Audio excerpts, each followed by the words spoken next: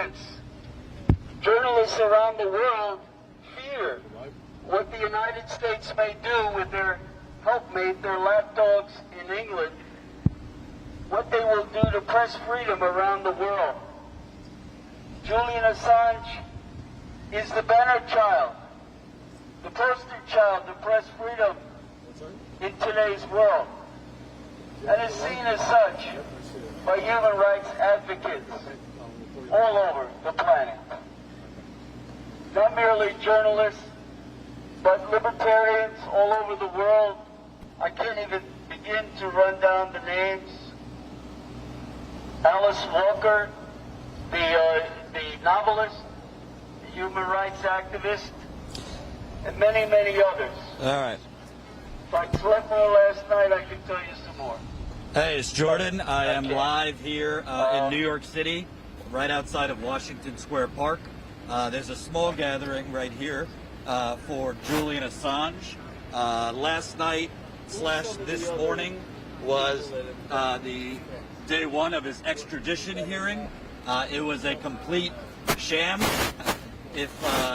I don't know if you followed it, because again, it was started last night. Around the world, but the prosecution, which is the United States trying to extradite Assange, added additional charges at the last minute against Julian Assange, not giving his team really enough time to even go through the charges of what he is additionally being charged with. His defense asked for an adjournment till January to go through the new charges and see what they were, and the judge denied that. The judge continually denies anything that Julian Assange's defense asks for, and seems to be rubber stamping every motion that the prosecution makes. So the judge denied an adjournment, and Julian Assange, the extradition hearing will go on this week. It's expected to possibly take as long as 3 to 4 weeks. Let's see what's going on here. So, got a couple people speaking. You see, journalism is in jail. Free Julian Assange. Free Assange. Non-U.S. extradition. It's Labor Day, so kind of a small audience, but still quite a few people out here. Can I ask you why you're out here on Labor Day, sir? I guess I value the First Amendment. I value press freedom. I think it's the last bastion of our communities to be able to thrive on that, or to have any chance of that American dream. I think that allegedly exists. I think if there's any way that we would be able to pursue that, we need to preserve that First Amendment, freedom of the press, freedom of speech, and that's why I'm here. Many people in the UK are rallying. I don't know if you were able to follow last night and today. But the prosecution is throwing additional charges now at him, and the judge seems to be rubber stamping everything the prosecution pushes through. A lot of people online, including Edward Snowden, is just calling it a sham trial and kind of a show that they're just going to push these charges and extradition through. Do you feel like he's getting a fair hearing or a fair extradition hearing? Well, I mean, I think that's what this is about. Truth be told, I've been unplugged for about the last year. I've really only gotten back on the scene in the last couple months, so I haven't followed all of the updates. But from what I've heard, there has been a lot of rubber banding with those, just from other journalists that cover the case. But no, I think he's a lot less likely to get a fair trial if he ends up over here, which is why I think it's such a big deal to prevent extradition, because the U.S. has such a bone to pick with him from revealing these war crimes. And I mean, you know you're doing something right when everyone's against you. You know, you have the Democrats and the Republicans, both. You know, when usually one of them would, you know, be trying to get the high ground on the other. Wow, look, they're going after this person. They hate the First Amendment. They don't care. You know, I mean, he's become a target. He's not a tool.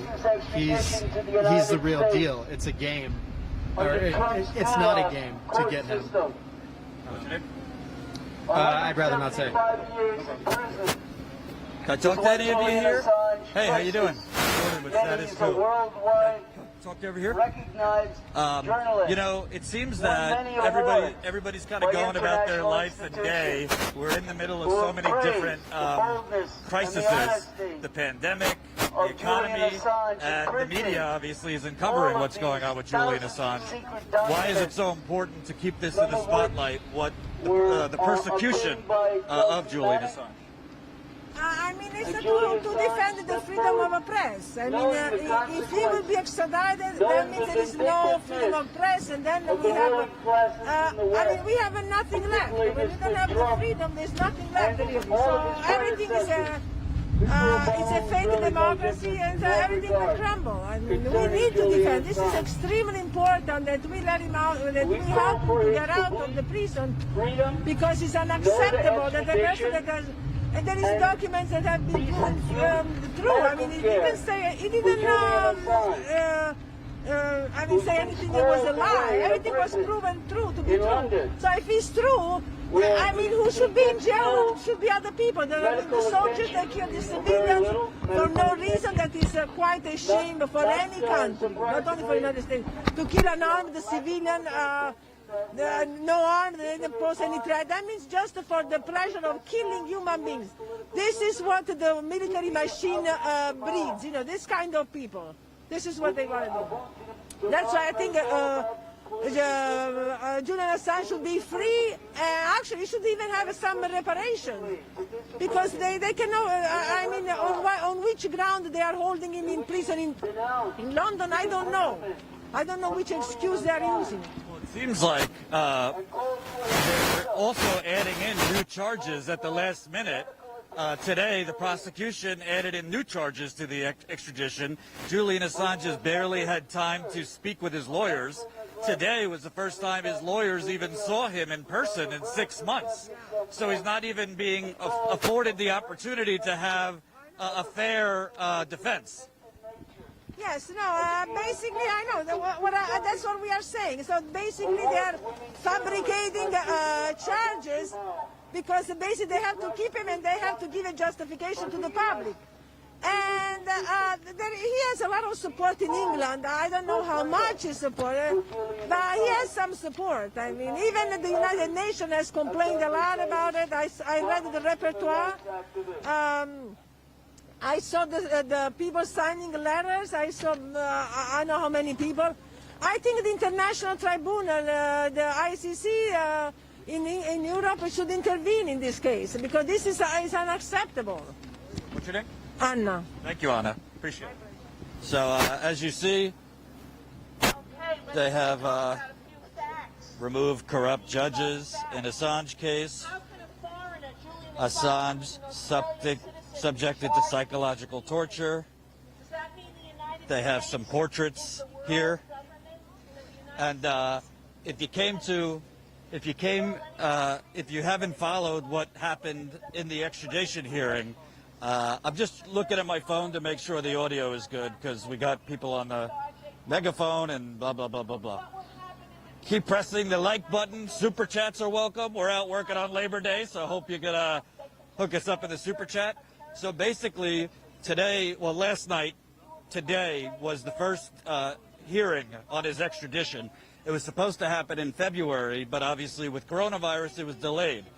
Right away, the prosecution, which is basically the United States, added new charges to the extradition, which aren't even related to Chelsea Manning's leaks.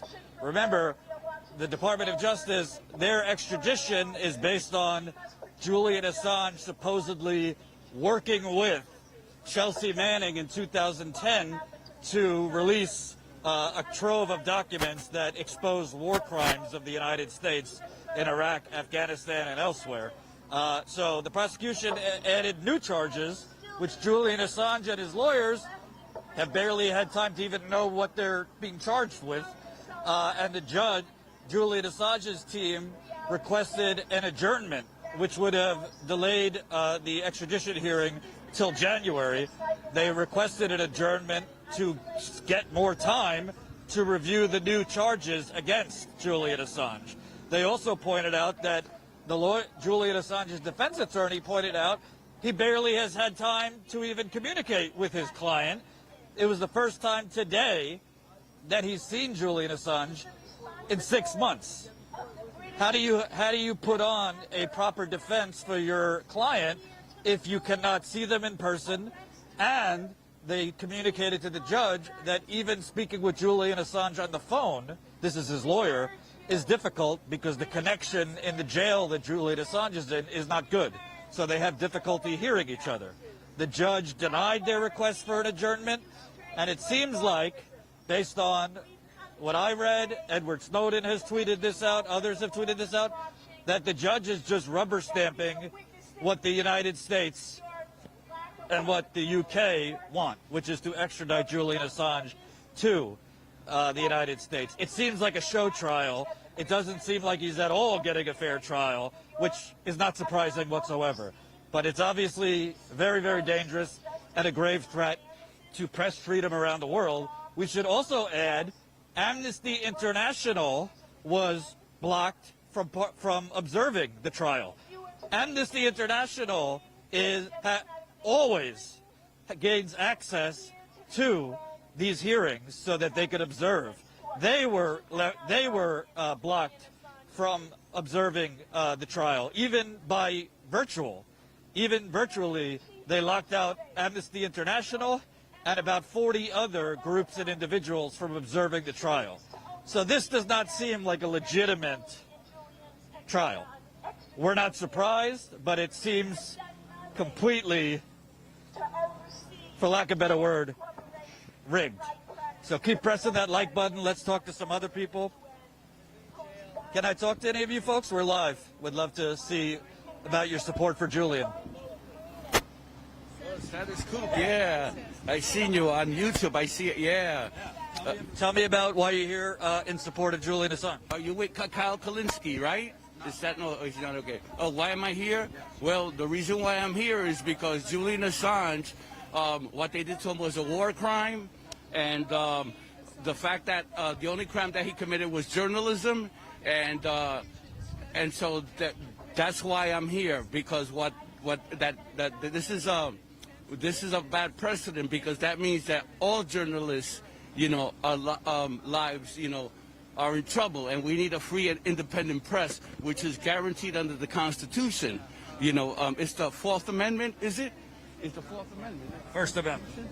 Right, the Fourth Amendment. So mainstream media is corporate run, and they are not for the people. They're for the oligarchs, and so that's why I'm here. I'm here because I'm representing Julian Assange. What he did, he deserves the Nobel Peace Prize and then some, because what he did, he's a courageous person, and he got more courage. In other words, he's a real patriot, and the thing that he did, not only for America but for the whole world, is unprecedented. He should be pardoned by Donald Trump. He should be and all the lawyers, they should all on journalists should rally against him, and it's a shame. And it's a sad commentary that they don't, and they're turning their backs on him, which makes it even more egregious and makes it more,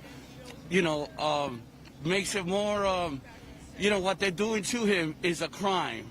And what I find it's all very troubling, but the complete silence of most other journalists. You see the New York Times reporters, the Washington Post, they have literally done for the last 40 years the exact same thing that Julian Assange has done.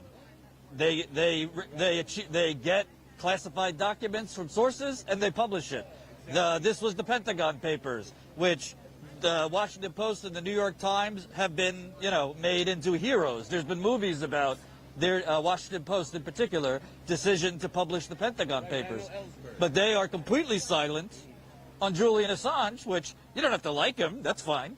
But to make the case that he allegedly tried to conspire to hack documents, there's no proof of any of that. And it just seems like these journalists are more interested in talking about Donald Trump 24/7 than defending fellow journalists, because if it happens to Julian Assange, it could happen to them as well. I agree. And the thing is that a true patriot is Jesse Ventura. A true patriot is Edward Snowden. A true patriot is Julian Assange. And the fact that they could extradite somebody from Australia to stand trial in America is unprecedented. And it's okay. The other thing is that Julian Assange, what he did was something that was noble, and what he did was that he revealed the war crimes. See, we need an independent America, the government, right, is composed of people. And the fact is that I'm an American citizen, and it is the most American thing to address your grievances to the government. So I'm not being anti-American. I don't want to overthrow America. But the thing is, they got to be checks and balances, because the American government has lied on Vietnam War, the reason for the war, the reason for the Iraq War. 1 million innocent Iraqi people were murdered based upon information that they know was erroneous, but they went along with it anyway, all the neocons. And so it was a travesty. And they also lied when they said that he had enriched uranium. You know, the government lied when they the Operation Mockingbird. You know, when they were bringing cocaine, the Contras of Reagan to fund the Contras against the Sandinistas. So and then they lied upon that. And so the thing is that what Julian Assange did basically was he revealed the war crimes that the United States government was doing, in terms of targeting innocent people, and where the pilots they killed from the aerial, and they killed Reuters journalists, and they killed innocent civilians, and so then he revealed that. Julian Assange revealed that, and so that's what an independent. That's why we need a checks and balances, because that's American. That's what a patriot does. You know, we have thousands of brothers, thousands of soldiers, American soldiers, our sons and our daughters, in a war right now in Afghanistan, which is going on for 19 years.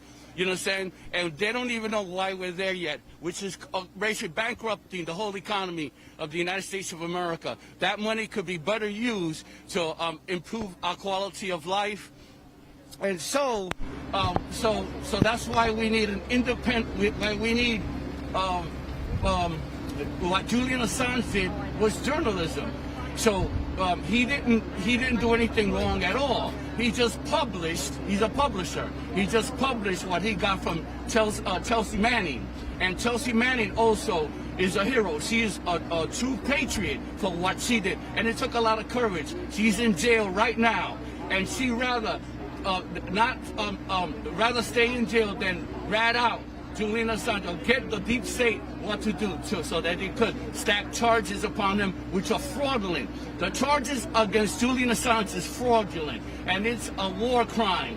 And so I truly believe that all the in ending, I just wanted to say that I want to give a shout out to Jimmy Dore for doing excellent. He's doing real journalism. He's calling out all the lies that MSNBC and CNN are doing. They cannot do real journalism. You understand? What is your name? Jordan. Jordan. Oh, Jordan. Yeah. Oh, I saw you on Jimmy Dore. Oh, wow. That's really cool, man. That's really cool. I know you did the thing about the the water in Flint, Michigan, right? That was really good, man. I give you my props for that, man. Wow, thank you so much. So that's why I'm here. What's your name? I'm here with Eric. I'm here with Coco over here, and so we go every Saturday at 5 p.m. Jordan, I would like you to come, and we talk about all this stuff that's going on in terms of the deep state, trying to the corporatization, the taking over of basically the $1 trillion the theft of the $1 trillion theft of America, you know, and what they did.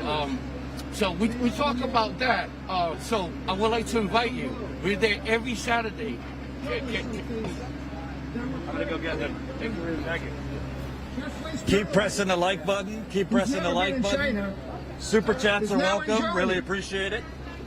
And so we're let's see what asking these the folks are German saying. government to extradite him to China so that we can put him in jail for 175 years. Now, in what world does that make sense to you? Only in a world where the president of China thinks he runs the goddamn world. And everybody, and he thinks that the French and German governments are his poodles. So that's what's happening here with Julian Assange. And every journalist in the world who is watching this is saying, I better not write anything critical of China or I'm going to jail for 175 years, even if I'm not Chinese, even if I've never set foot in China. The Chinese government can get every other government in the world to send me to them so they can put me in jail for 175 years. Which American who claims to be in favor of democracy and free speech, Democrat, liberal, would say, oh, that's okay. That makes sense to me. Because you know why? I think this guy, Pierre Rambo, is an asshole. Somebody told me he was an asshole, because there are a lot of assholes in France. But that's another story. But, you know, this is what we have here in the United States. The major media are saying, finally, they're kind of saying once in a while, yeah, it's not a good idea to extradite Julian Assange. But they really don't say much about it at all. Instead, they talk about Chinese journalists and Russian journalists and every other journalist in the world who's being prosecuted for something. But the major American media and the major American politicians who claim to be in favor of free speech and democracy, and oh, Donald Trump is against free speech, he's against the press. What do you have to say about Julian Assange? Let's hear it. If Joe Biden becomes president, is he going to say we're dropping the charges against Julian Assange? Why not? Why not? So nobody's going to stop Julian Assange from being extradited to the United States except people in the streets. The British government and the British courts are going to do what the Americans tell them to do. They have American personnel from the State Department, which are intelligence personnel, in the courtroom, directing the British prosecution. And it's going to be very hard, unless there are a lot of people out in the streets in Britain, to stop them from getting Julian Assange to the United States, extraditing Julian Assange to the United States. And if they do extradite Julian Assange to the United States, it's going to be nearly impossible. I don't care who the president is. I don't care whether he's a Republican or a Democrat, to stop the court in Virginia from putting him in jail for the rest of his life for telling the truth. And that's what we're facing. And it's extremely dangerous. And every journalist in the world is watching this and saying, do I want to risk that happening to me? And Daniel Ellsberg understands this, which is why he supports Julian Assange. Julian Assange published truthful information in partnership with, I think it was the Boston Globe and the Washington Post and Guardian newspaper in England.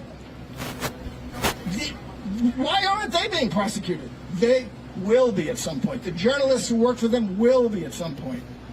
Because the United States will be able to say to Great Britain again, oh, some journalist from Germany or France who published stuff about us who's never been in the United States, we want to arrest him for the Espionage Act.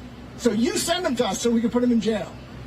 And as John Kiriakou said, who was the only person who went to jail in the United States for the torture program, because he went to jail, he was a CIA agent who went to jail for confirming facts about the torture program to a journalist. All the people who actually did the torture didn't get, none of them went to jail, but he went to jail for a year for that, and he was in that same court in Virginia, and he said that court will never give anybody a fair trial. We couldn't put any evidence against you. There is no defense allowed of public interest. You cannot get up in the court and make the defense, well, yeah, we published classified information, but it was in the public interest to do so. That's not allowed defense. So there's no chance that Julian Assange gets into that court.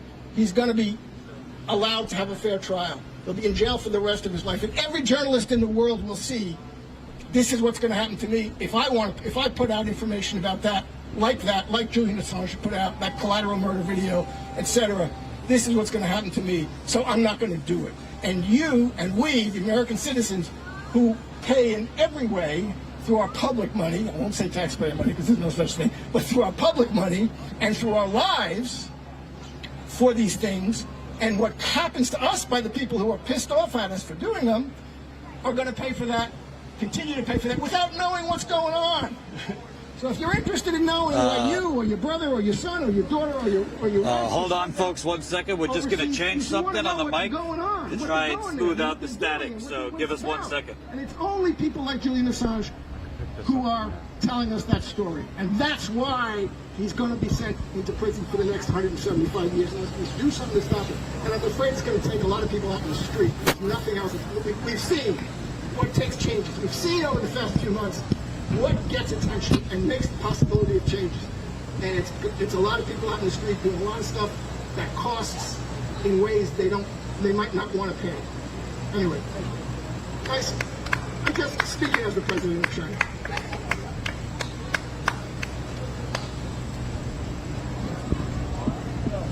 What is the purpose of having a democracy if you don't have any free speech? The issue with Julian Assange, of course, is an attack on free speech. They could have assassinated him like they did MLK or Fred Hampton. They could have also given him cancer like Hugo Chavez, or they could have used a heart attack gun. But they didn't do any of that because they wanted to make it clear to everyone that there is no free speech today. None. They want to make it clear to other journalists, if you talk, this is what's going to happen, okay? You're going to be in jail for the rest of your life and tortured. That's the message. And we had better wake up.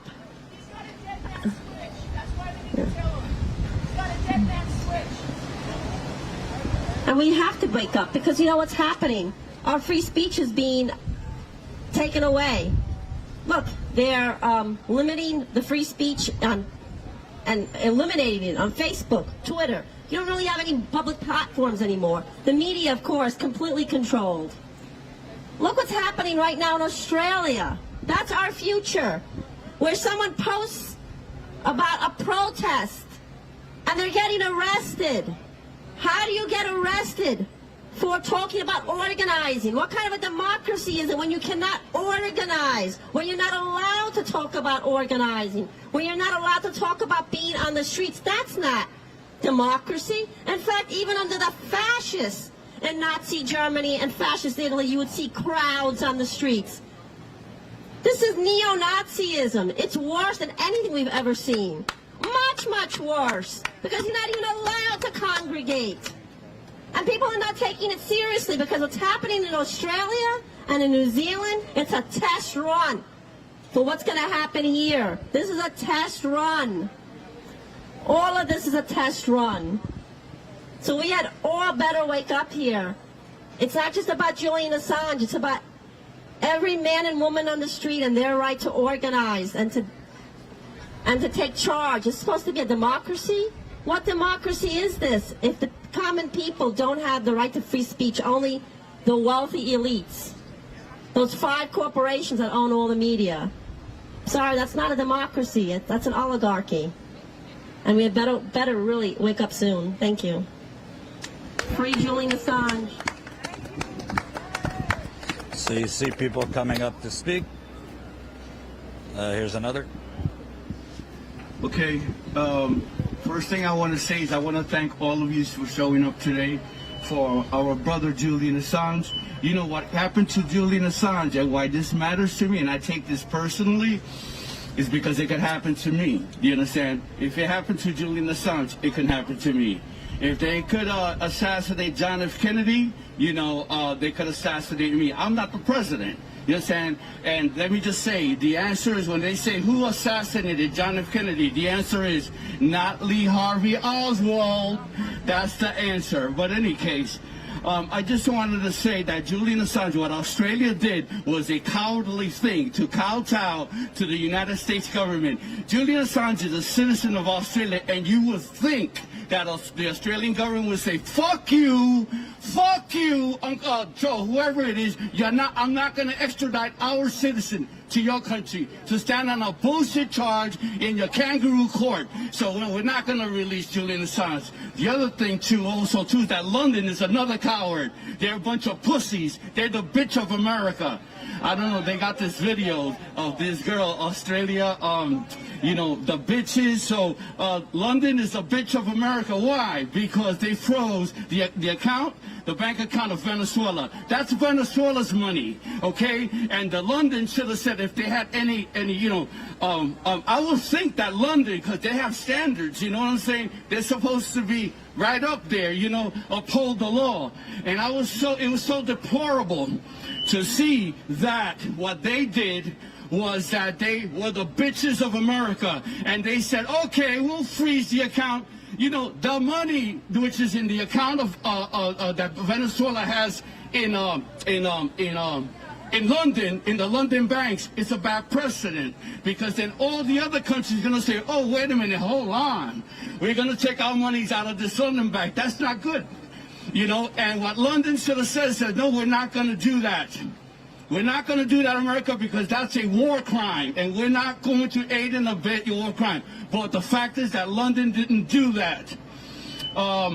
There's another brother that I listen to, the British one. What's his name? Well, yeah, George Galloway. Yeah, George Galloway's the best.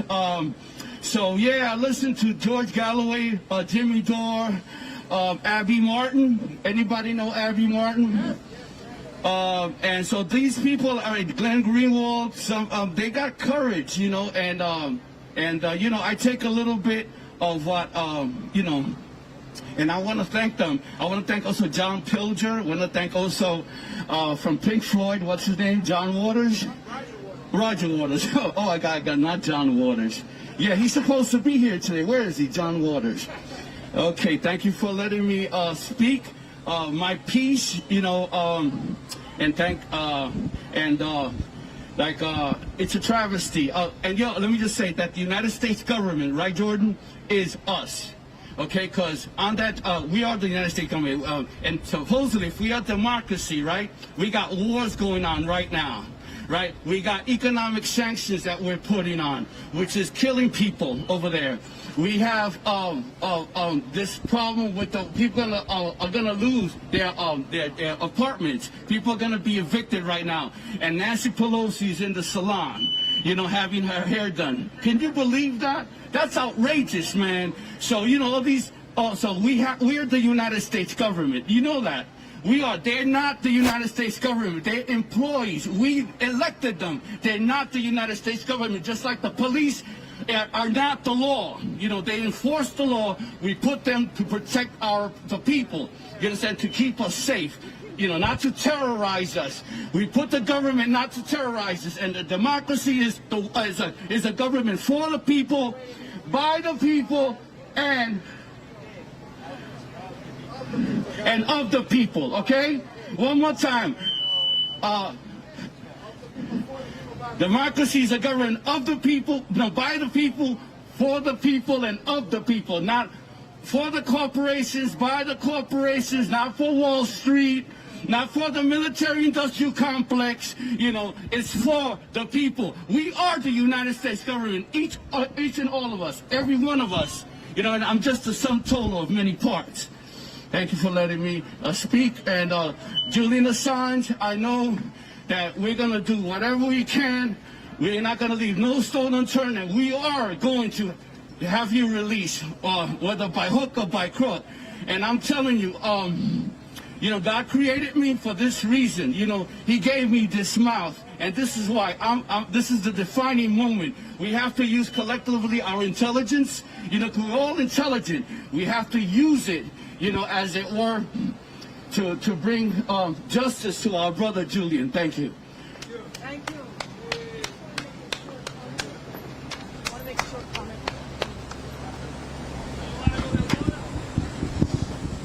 I'm reading the transcript of the session today, of the hearing, and one thing struck me. They're talking about Julian Assange leaking classified information. Okay, this is another example of a double standard. Because think about it, James Comey, what did he do? He created a memo, he leaked it to the New York Times, his friend who is a professor who worked for the CIA, and then they published it as though it was real. And then they made all these claims that were basically lies. And so there are so many examples of people in the FBI that leak information and just go on TV. Now they're representing MSNBC. Now they're talking heads on CNN. You know, so it's total bullshit, and it's a total double standard because they only enforce the laws that they want to enforce. And if it's something that they'll trump up charges, no pun intended, if they don't like a person. So it's not about being, sorry, I'll try to talk softer. It's not about being equal under the law and equal enforcement of the law. It's not about actual fairness. It's about who they need to make a scapegoat of, who they need to protect from consequences. For instance, trying to think of his name now, but the man, he forged a document, Kevin Kleinsmith. He forged a document. He claimed that this man who they had gone to send to go spy on Trump's campaign, he claimed that this guy was not CIA. In fact, they got a report from the CIA saying that he was CIA. So when he put in the application for a warrant to spy, which is to a secret court that's been rubber stamping surveillance for at least 20 years since 9/11, that's what they're so afraid of, that once the dirt comes out on this court, they're going to find out just the extent of the total surveillance society. So this man, he forged it, he changed the document so that it said this man was not CIA, so they could claim that he was a Russian agent, okay? And he's now in trouble. He's in no trouble. They gave him, okay, we'll give you 6 months maybe, he's free now, come back later for sentencing. Oh, it was a mistake, I didn't read it right, okay? So this guy gets a total free pass because, you know, they are a clique. They are a clique of elite. They are like, let's say, in the old days, they had the noblemen. They had the people that were, say, part of the Roman Legion or, say, part of different knighthood lineages or whatever. So they have this privilege where among themselves it's all very proper and we're all very kind to each other. But in reality, they're lying. And the level of lying is so intense that they've got to be psychopaths. Because nobody can lie and just be with cool, you know, totally cold-blooded about it. You know, most people have trouble, and that's why nobody notices what they're doing. And what about the guy Schiff? For what was it, 3 years? I have evidence. Russia, I have evidence. And then nothing. No fucking thing. And he's lying, and he's creating data while he's talking to Congress, making up something that never happened. Like, does he have accountability? No. He's like, what? He's still laughing. And you know why they're laughing? Because they think they're going to get away with it. Because they think they got everybody corrupt. They got all the judges corrupt. They got the Supreme Court corrupt. They got the FBI corrupt for 50 years. They got the CIA corrupt, creating assassinations, tumbling other people's economies, creating insurgencies, color revolutions in other countries so that they can topple those countries and rip them off. And, you know, now they're coming here. They want to do it here. And that's why the lockdown, that's why nobody can talk to each other. That's why everybody's got to stay in the house. And it's not about the virus, people. It's about the election. So you hear these passionate speakers. It is a small crowd, but, you know, Labor Day, obviously, so we'll keep hearing some people speak. I'll speak with some of these folks. I also think it should be said, obviously we have one crisis after the other. You got a pandemic, unemployment, the Black Lives Matter protests. Every other day is another black man being executed. I just want to say as an addendum to what you just said, David Petraeus, the great general, and he ran the CIA and ran the war in Syria for a while, stole classified information and gave it to his girlfriend. Oh, no problem with that. And the fact is, Julian Assange didn't steal anything. He didn't leak any information. He didn't steal any information. Chelsea Manning had authorized access to files that she took on her own and tried to give to other people before she even met Julian Assange. She called the Washington Post and actually left a message on voicemail about it. So it wasn't Julian Assange who leaked or stole anything. He just published it, as did the Washington Post and the Boston Globe and the New York Times. What's your name? Jim Cavanagh. Hey. So I was just talking to my audience about the fact that even though we have all these crises, it's unbelievable. A lot of these corporate journalists are nowhere to be found. They're not commenting on this. I mean, other than Glenn Greenwald, Edward Snowden, it's silence. The New York Times is pretty much quiet. Washington Post, and they did the same exact things time and time again. What does it say to you that so-called mainstream journalists are pretty much silent on one of the biggest persecutions of journalism we've ever seen?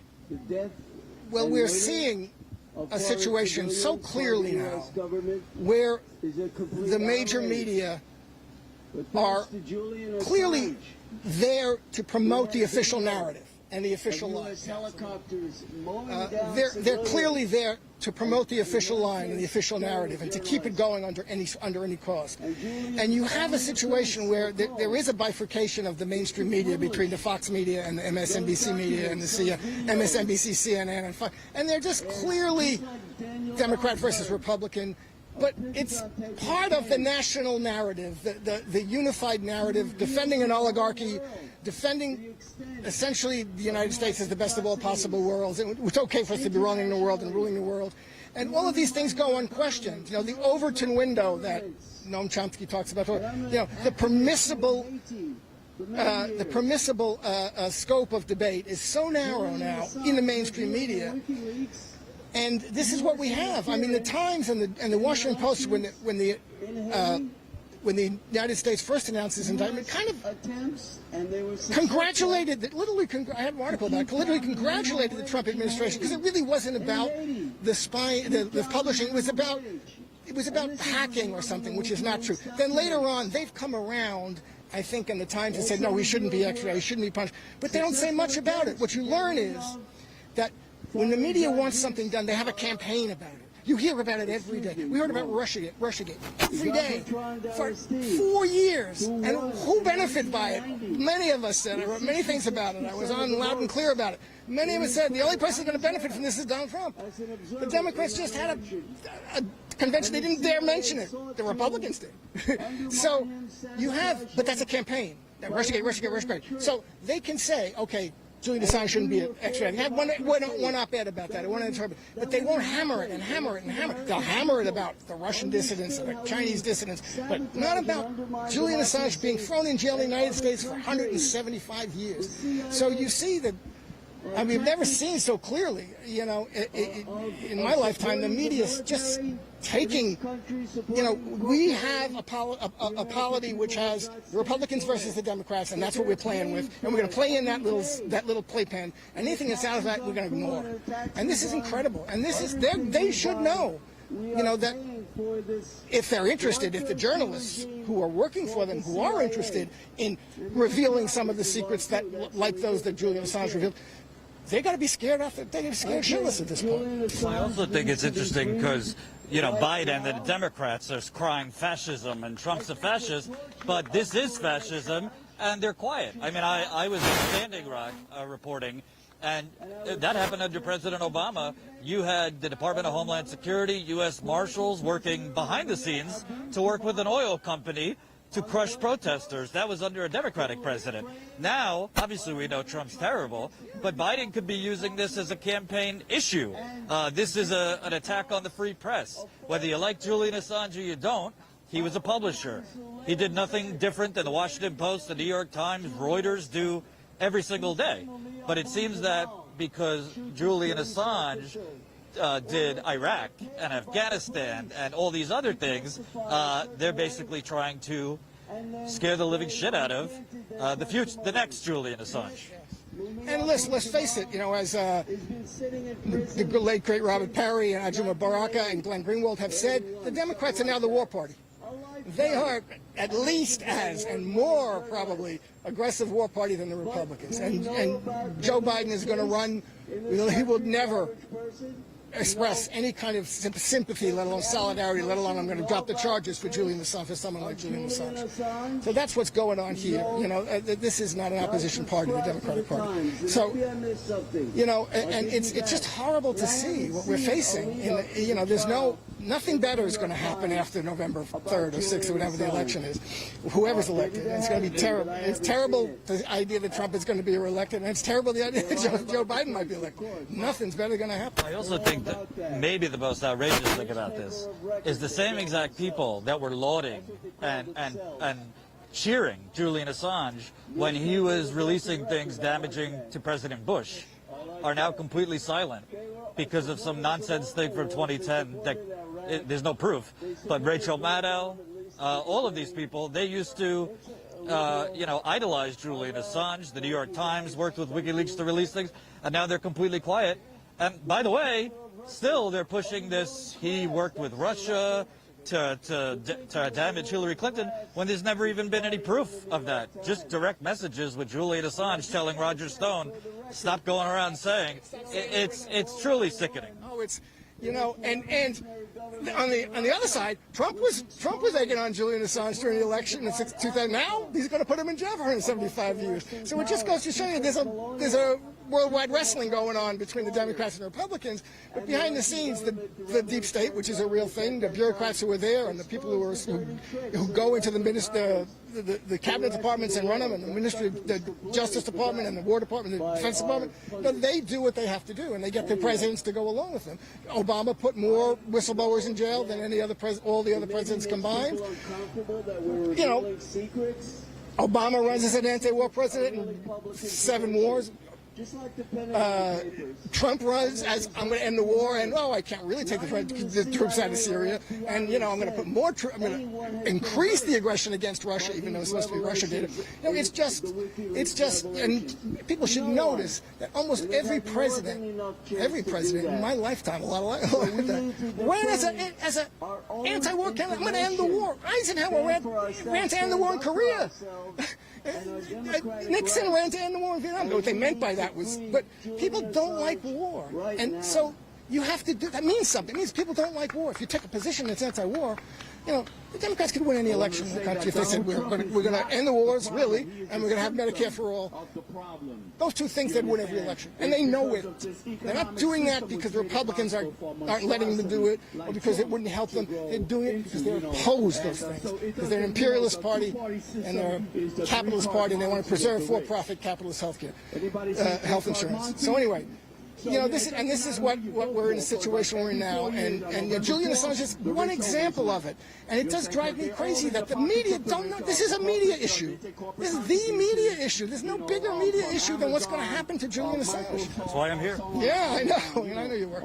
And you know, it's incredible that they're just letting it go. They're going to just let it go by, and there'll be some outraged editorials if he gets a bit a long sentence, but you know, it's going to be too late. Then it's too late now almost, and you know it's gonna be up to people getting in the streets and breaking the goddamn guy out. I mean, I don't know what else. How are you gonna do it? And also, I think it says a lot that, you know, all this talk that America has lost its standing in the world and other countries look at us with shame, but I mean the UK is going along with this.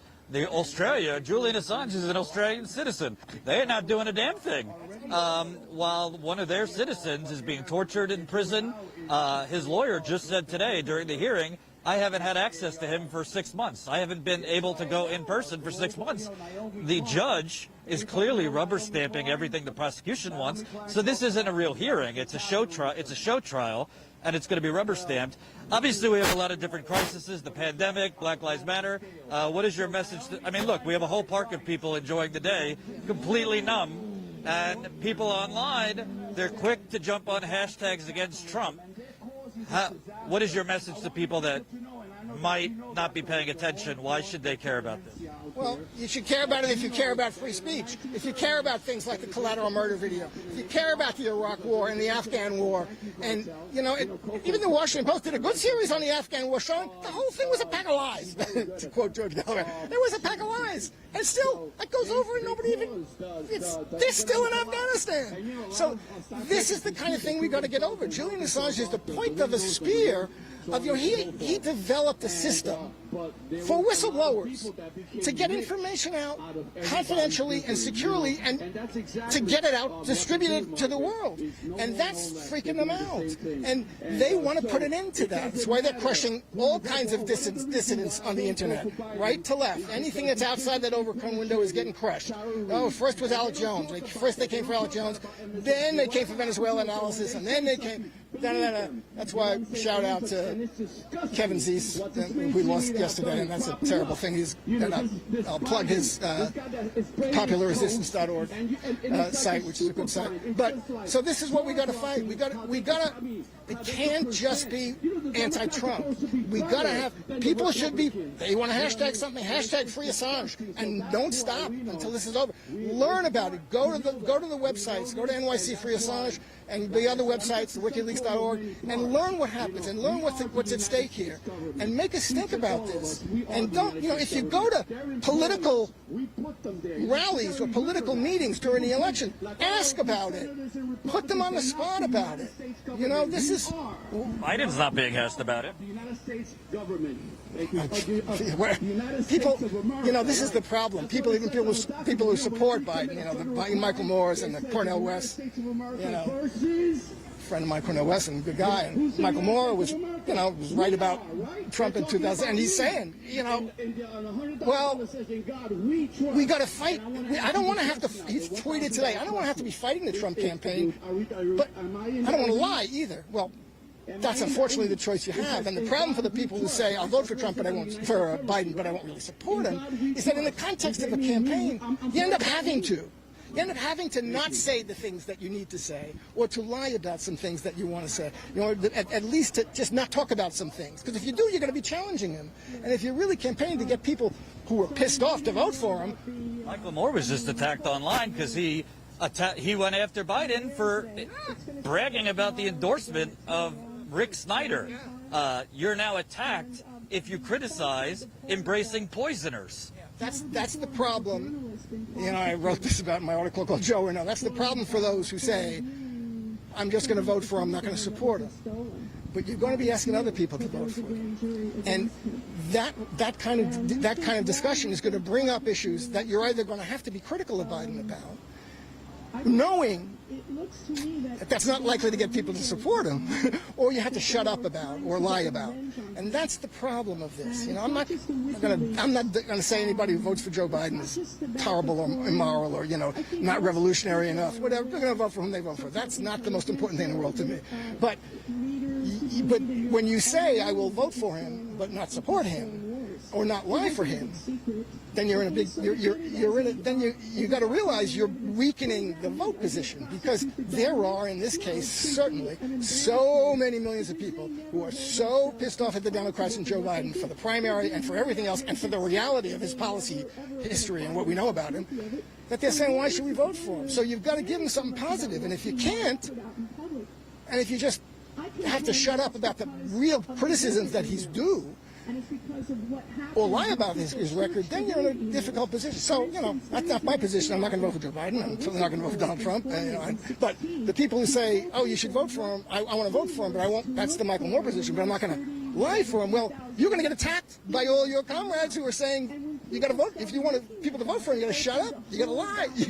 You know, so that's what's happening. And it's, what's your name? Jim Cavanagh. Thanks, Jim. Take a look at my stuff. I know you. But Assange has already all right, let's see what there's. The journalist from Fox that it was not Russia. And he's the one who would know, right? Because he's the one who runs WikiLeaks. Now, why would it matter? Why would it matter if he gave the name of who gave him the information? Because apparently that man has been killed. And he was killed in a very, well, suspicious natural death. It was claimed to be a robbery, but his wallet wasn't missing.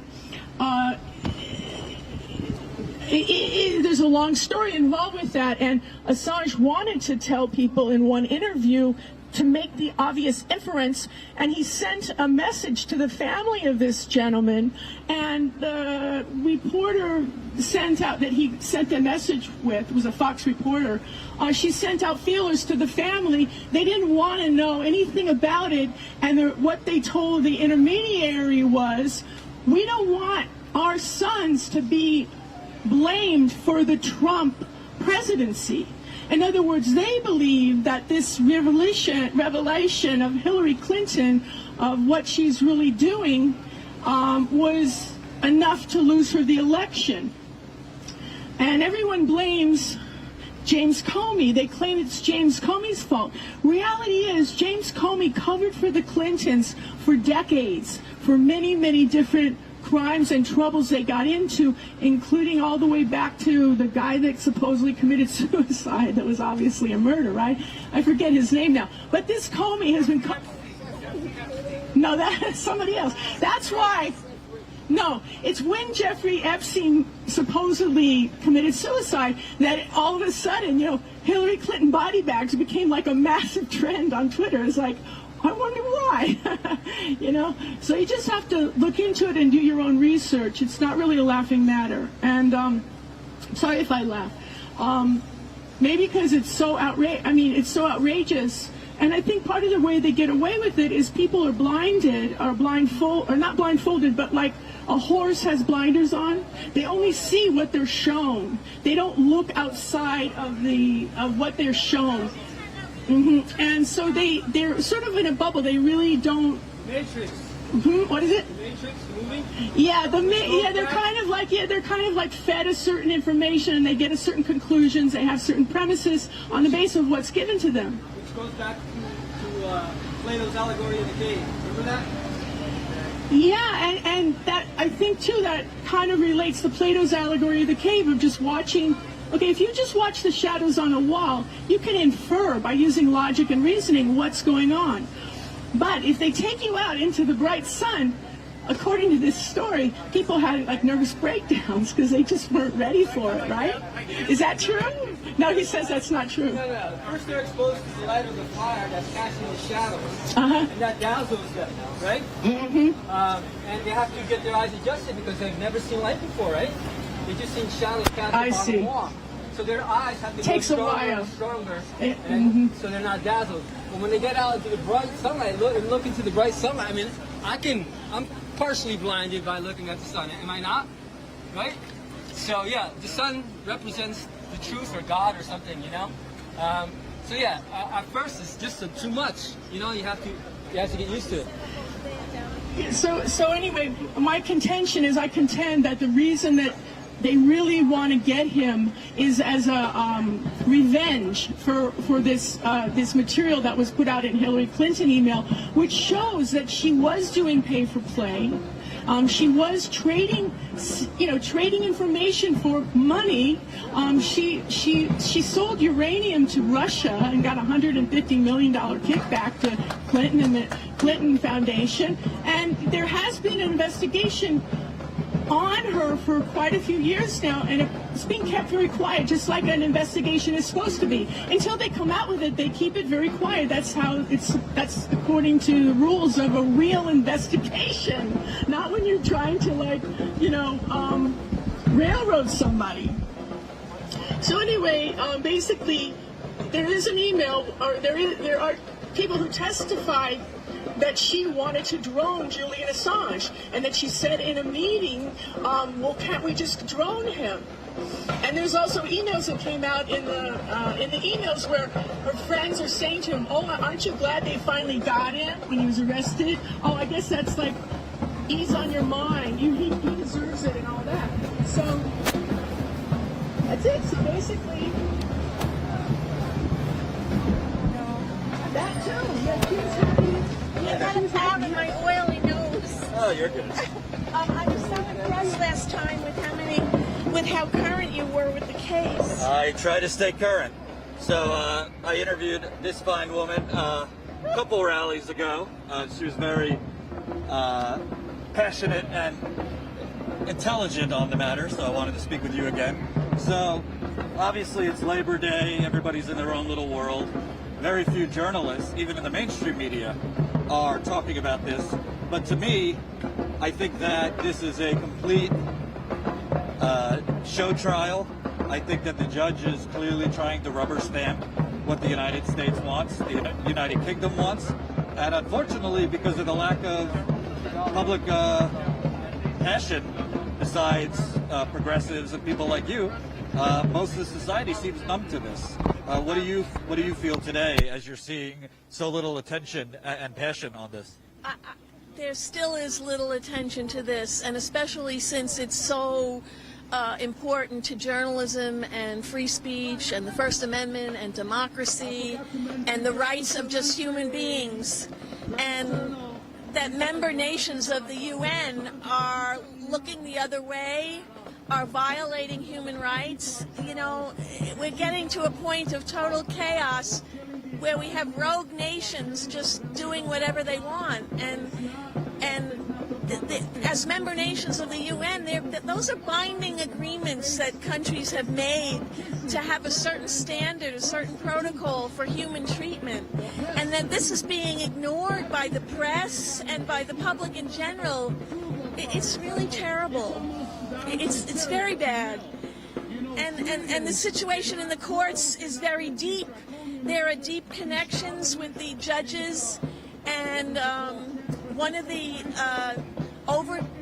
chief magistrate judges who's supposed to oversee the judge who's ruling in Julian's case, her son and her husband have ties to cyber companies that Julian exposed, and so they have every reason to rule not in his favor, and he hasn't had one ruling in his favor, which shows their bias and their prejudice. So it's deeply bad. It's the deep state, and people need to pay attention. You know, what stands out to me also is how ridiculous. Julian Assange hasn't had access to his lawyer for 6 months. The lawyer said today, this is the first time I saw my client in 6 months. Of course, COVID, a pandemic, but they could have made provisions for his defense lawyers to meet him in person. The defense lawyer said, when we communicate on the phone, he can't hear me, and I can barely hear him. So he doesn't really have a legitimate access to his lawyers. And then today, in the hearing, the prosecution is springing new charges at the last minute, and the judge is denying Julian Assange's lawyers asked for an adjournment so they would have time to look at these new charges, and the judge denies that. So it seems like just a complete show. It is a charade. Those new charges are really a joke, and they're not going to hold water here because it's already been proven that Julian did not hack. He didn't need to hack into anything because Chelsea Manning already had the keys, so to speak, and the password and the permission relative to her job to get that information, and as she did, she chose to release that information. Julian didn't need to hack anything, and the Obama Justice Department had already figured that out, and this is already a record in their Justice Department and in the Chelsea Manning trial. It's already recorded that there was no hacking by Julian, and Chelsea Manning said, I did this on my own, I got this information on my own, and I gave it over to WikiLeaks. So that's really a joke, and that's not going to fly here if our courts hold any water. But going back to something else you said, all the other nasty little dirty things like prisoners being granted access to computers and they give him one where the keys are glued shut, him having to be strip searched when he goes in and out of the courts, him having been spied on at the embassy and photographs taken of him in the women's bathroom where he had to go to get any respite from cameras. People having to give over their cell phones when they visited him, them taking their cell phone information. These are just, you know, over-the-top violations of privacy and nasty little dirty things that show just how desperate they are to get him. You know, to violate attorney-client privilege, one of the basic rights in a democracy, is so outrageous. You know, they filmed his attorney notes on a pad. You know, it shows that how the degradation of the British courts and how the British courts are not going to have any respect from here on in. And I think also it shouldn't be lost on people what he revealed. We're going on 20 years in Afghanistan next year. 20 years in Afghanistan. She's going to get something. The WikiLeaks host. We're going on 20 years. Whether it's Trump or Biden, neither of them are getting us out of Afghanistan. We still have troops in Iraq. Nobody's talking about it today, but Trump and Obama were working with Saudi Arabia to commit genocide in Yemen. We're still droning half the world. So the very things he revealed are still going on. And I don't see anyone asking Joe Biden, what's your timetable for withdrawing from Afghanistan? Obama said we're going to leave Iraq. We still have residual troops there. Julian didn't just focus on American war crimes.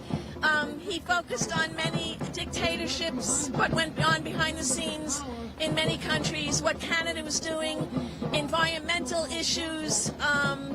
He revealed the behind the scenes on many issues, not just war crimes and not just of the United States. So he's a value to humanity in that he was trying to help humanity evolve by letting us live in a world where we tell the truth, where the truth is known by people, where everything is transparent, where we don't have to live in this secrecy all the time and this, you know, the way the world is today, you know, everybody's spying on everybody else and the waste of human effort that is. Julian has helped humanity evolve by telling the truth about these things. My last question is, what's your message to the rest of the press? It's a general blackout. You got Edward Snowden, Glenn Greenwald, some others are talking about this, but I don't see anything from the New York Times or the Washington Post. It's all the election, but Assange is facing extradition. It's a show trial. It's a charade, like you said. And I don't see really anything from other journalists. The rest of the press is going to be really sorry when it comes back to bite them. There's been just a little tiny bit of backpedaling. There was a little bit of backpedaling by The Guardian when they started to realize, you know, that Julian was right and Julian was truthful and that he was not a terrorist, not a narcissist, not a rapist. All these things that they tried to invent and manufacture to make him look like some crazy person, some evil person. And when they saw how bad it was and how badly he was treated, they did try to write one or two articles in his favor.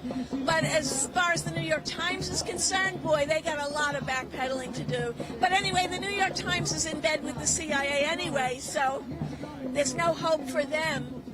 I guess our only hope is people like you and small presses and alternative media. But you know, that's the thing that's so important about this is internet freedom. Julian represents internet freedom, a different mindset that information, anyone can gather information, anyone can release it if it's truthful and factual and show it on alternative media. And it has been the alternative media on the internet that has told his story. And if it wasn't for that bit of internet freedom that we still have, which we may not have in the future, his story wouldn't have gotten out at all to people like myself or anybody else. What's your name? Priscilla. Thanks, Priscilla. Thank you.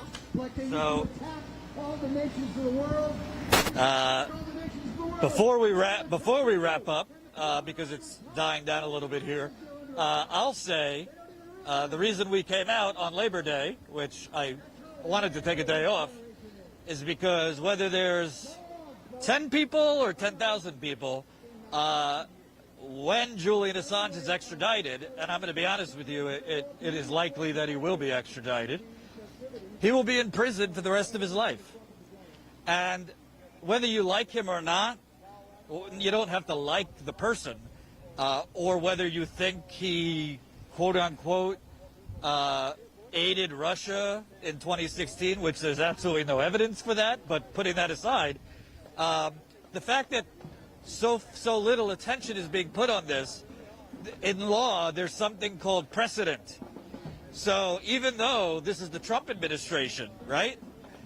And theoretically, a Biden administration or a Kamala Harris administration or whatever would not be as authoritarian or quote-unquote fascist. If Julian Assange is successfully prosecuted using the Espionage Act, which would be the first time in American history a journalist goes to jail for publishing, don't think that another administration won't take that precedent and use it against a publisher. You know, we could debate the terminology and whether he's a journalist or not. I think he absolutely is. But at the end of the day, there's no evidence that Julian Assange partook in hacking anything. Journalists every single day, myself included, urge sources to leak information to them. That's called journalism. The New York Times, the Washington Post, they urged Daniel Ellsberg, not that he wasn't going to do it, but they didn't just sit dismissively and say, well, if you feel like it, send us the Pentagon Papers. No, they tried to talk him into it. They tried to manipulate. That's what journalists do. Because at the end of the day, if you're an actual journalist, the goal is to obtain the information and get it out there. Of course, there's a difference if you yourself are hacking into databases or government files, but Julian Assange did not do that. Citing that he spoke with Chelsea Manning about a password, that's ridiculous. That's not hacking into or partaking. And the fact that, you know, these journalists that you see trending all the time on social media, like Jim Sciutto and Jim Acosta, these people that the resistance has elevated to be like hero journalists because they asked Trump or challenged Trump at a press conference. They are silent on this. And it's disgusting. Julian Assange is basically being prosecuted. Honestly, I don't even think Trump has anything to do with it. I honestly don't think Trump cares. This is the Pentagon, the CIA, all of them, the FBI, who wanted Obama to do it, but Obama and his DOJ at least had the sense, at least had, not that they were great, but at least had the perspective to see the bigger picture and say, this is too, even for us, this is too much of a slippery slope. We don't have legal grounds to charge Julian Assange. You can't, yes, we don't like what he did. We don't like that he blew the whistle on Big Brother and the military-industrial complex, but this is just too much of a stretch. We would never get away with this. The Department of Justice, knowing that Trump, you know, you can never go too far if you're Donald Trump. They're trying to settle a score. They're trying to chill journalism so that somebody like me or somebody, I don't know, name your actually adversarial independent journalist will never, even if they get secretive information that might show whether it be war crimes or, you know, privacy hacks or whatever, that they will not do it because they will know they're facing life in prison. That, you can't call yourself a democracy if that's what happens. So I hope, obviously, we're all on overdrive between the pandemic, people protesting for Black lives. There's only so many things you can do in a day. We got multiple crises, but I really hope people, if you value not just the profession of journalism, but if you just value right and wrong, good and bad. What he revealed was war crimes. Look at the footage that came out from Iraq and Afghanistan that he revealed. Without him, we would have never known any of that. So I really hope, obviously there wasn't that many people here today, but I hope people share this. I hope people spread this. It's important to get this information out. If you want to follow on Twitter, there's a few accounts. We'll put it in the description of this video that we're tweeting in real time his extradition hearing. Kevin from Shadowproof is pretty good. He had Julian Assange, the hearing, he tweeted in real time. If you follow his tweets, you'll see this judge is simply rubber stamping everything the prosecution wants. And that's shameful. Julian Assange has not had in-person access to his attorney in 6 months. His attorney, even when they speak on the phone, has said he has problems hearing me and we have problems hearing him because of the prison phone connection. So he doesn't even have access to a legitimate defense. He can't see his lawyers. They can barely hear each other. As people said, he's being messed with in prison. There's been talks of him being suicidal, of being grossly malnourished. I mean, this is torture. At least in America, we have the pretense of a fair trial, right? And by the way, where is the country of Australia? He's an Australian citizen. You know, where are Australian citizens on this? In the United Kingdom, the UK is basically serving as an accomplice to the United States crime. So where is the people in the UK? There's a lot more people in the UK outside that hearing than there are in New York City. So there are people speaking out about this. Amnesty International was locked out of the hearing today. It is rare that Amnesty International is not allowed to observe these types of hearings. So this is a charade. We'll continue to cover it. And please, let me see, hold on. All I ask you on this Labor Day, I wore the press shirt for emphasis. Listen, I'm going to keep it real. Status quo, we're struggling. Coronavirus, I mean, we've lost 250 members now. We're losing revenue because people are, getting laid off, so they have to cancel their memberships. We do not take money from any of the usual suspects. No banks, no fossil fuckers, no big pharma, no Silicon Valley, no defense contractors, no military-industrial complex. We're only growing through you. And YouTube, by the way, is hiding us. We are being suppressed. That's the other form of attack on the free press. We and other independent channels are being basically hidden from view while they stuff your feed with CNN and MSNBC and the rest of them. So if you can't, we totally understand. But if you can, please pitch in to our GoFundMe. We raised our goal to 200,000 because we're losing a lot of members. Any amount, I think the minimum is $5. Jed will put it in the link. So we can keep doing this. I knew there wasn't going to be a lot of people here, but I came anyway because I think it's important. And that's why independent journalism is important. We're not doing this for profit. You know, we want to grow, we want to have a business so we could do this, but we're doing this to cover the important issues. I would have much rather taken a long shower, taken a nap this afternoon, and relax. I'm a little burnt out, to tell you the truth. But I'm out here because this is important. And other independent outlets should be covering this as, if not the top story, one of them. I know there's the election and the horse race and the back and forth, but the bottom line is, if Assange goes down without the media, without independent media putting up a fight, we're not going to know about the next Iraq war crime or Afghanistan or whatever the United States government is doing all around the world. And so that's that. GoFundMe if you can. Become a member if you can. statusquo.com/join. Sign up as a member for $5 a month. That's how you support us, independent journalists. And I'll be back tomorrow. Thank you for watching. We will cut this up into shorter clips. And I'll see you tomorrow. Peace out.